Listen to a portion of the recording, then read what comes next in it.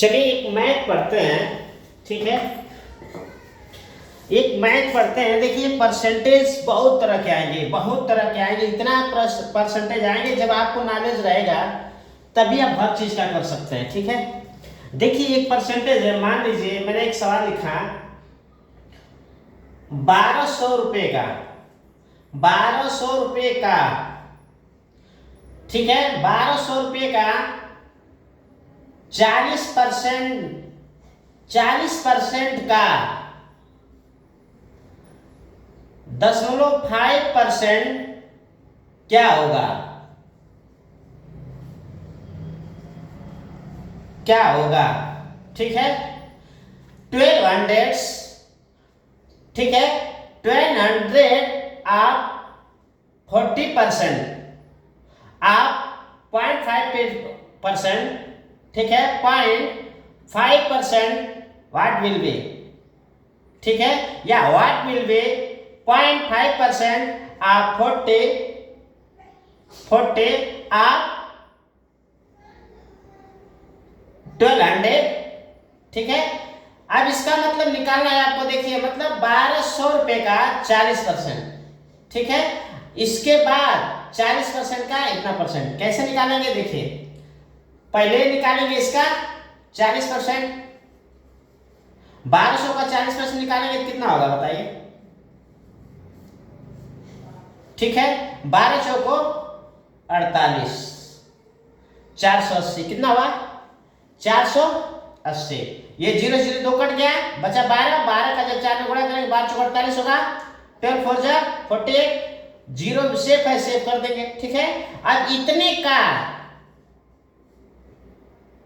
0.5% समझिए बात को।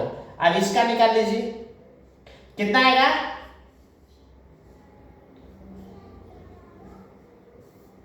बटे 100।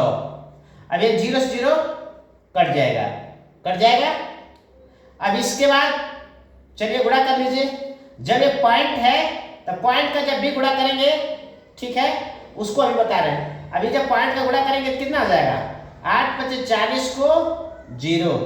ठीक है, 8 × 40 को 0, कैरी कितना हुआ? 4 हुआ। और 5 2 जा 5 4 जा 20, 24 जोड़ेंगे कितना आएगा? 24। ठीक है, अब यहाँ पॉइंट लगा देंगे। ठीक है, 24 होगा। ठीक है, 24 बटे कितना होगा? 10। अब 10 से भाग कर देंगे, इसका कटेगा। ठीक है, यानी 2.4 कितना आएगा?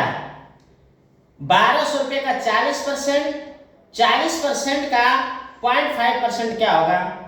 ठीक है, तो आपका 2 रुपया 40 पैसा होगा। आंसर आपका क्या आएगा? 2 रुपया 40 पैसा। आ रहा है समझ में ना? इसी तरह से जब आप किसी का भी, ठीक है, जब आपको प्रतिशत आता रहेगा, परसेंटेज आता रहेगा, ठीक है, तो आप आसानी से किसी भी चीज को देखते देखते आप सवाल लगा लेंगे।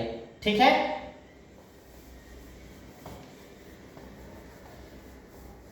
इसी तरह एक दूसरा सवाल मान लीजिए। ठीक है, 10% या 10 रुपए का 50%, 10 रुपए का 50% का 10% कितना होगा? ठीक है, 10% कितना होगा? कितना होगा? ठीक है, अब देखिए जब 10 है तो 10 का 50% निकालिए। 10 का 50% निकालिए। 50 का मतलब होता है कि उसके बटे 100। ठीक है, एक 0 से 0 कट जाएगा, एक 0 से 0 कट जाएगा, आएगा 5। अब 5 का 10%, 5 का क्या निकालेंगे?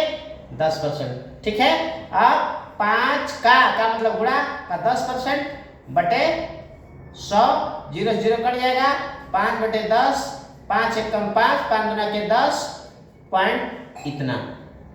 ठीक है, तो कितना आएगा? 50 पैसा, यानी 10.5 रुपया। आया समझ में?